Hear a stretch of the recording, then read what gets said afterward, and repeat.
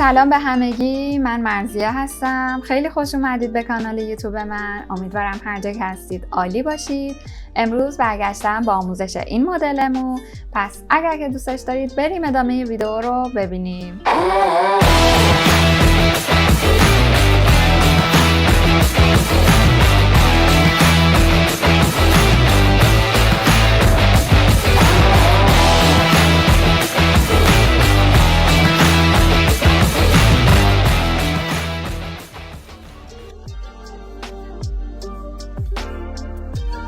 خب برای این مدل مو فقط قسمت جلوی موهامون رو باید دنبه اسبی بالا ببندیم.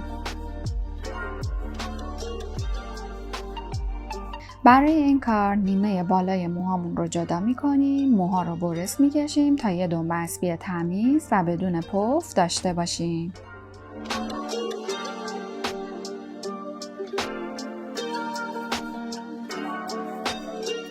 از اسپری مو و یه شونه دندون ریز برای گرفتن وز موهامون استفاده میکنیم.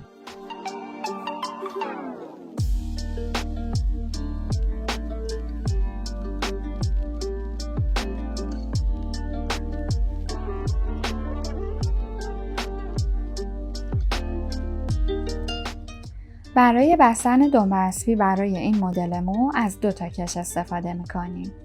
کش اول یکم ضخیم‌تر و کش دوم باریک‌تر.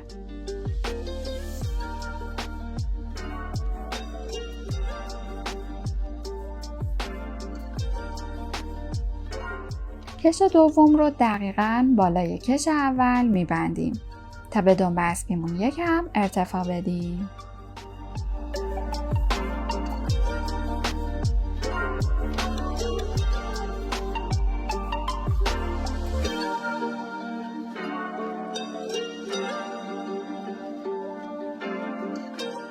برای کاور کردن کش موهامون یه تیکه بغل موها رو برمیداریم و دور کش میپیچیم.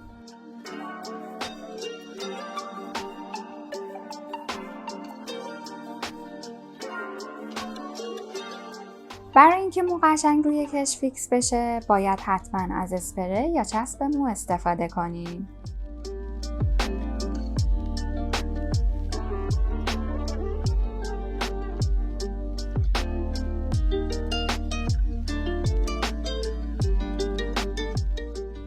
و انتهای مو رو با سنجاق سفت می‌کنیم.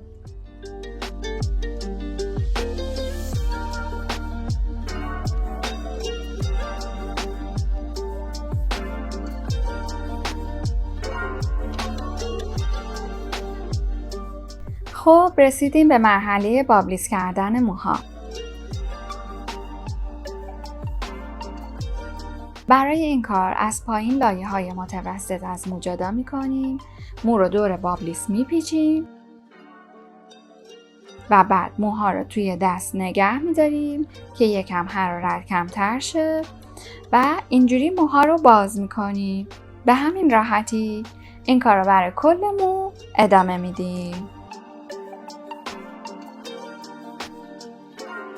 برای این کار من از یه بابلیس درشت استفاده کردم چون فقط میخوام پایین موهام یکم حالت داشته باشه و زیاد فر نشه.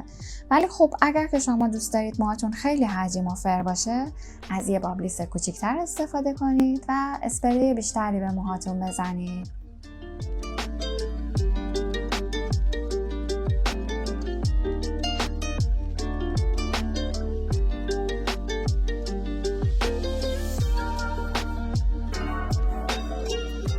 خب خیلی خوشحالم که تا اینجا با من همراه بودید. امیدوارم که این ویدیو رو دوست داشته باشید.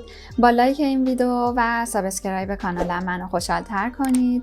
اگر که مدل موی خاصی رو دوست دارید حتما برام کامنت بذارید. خوشحال میشم آموزش مدل مویی رو که شما دوست دارید براتون بذارم.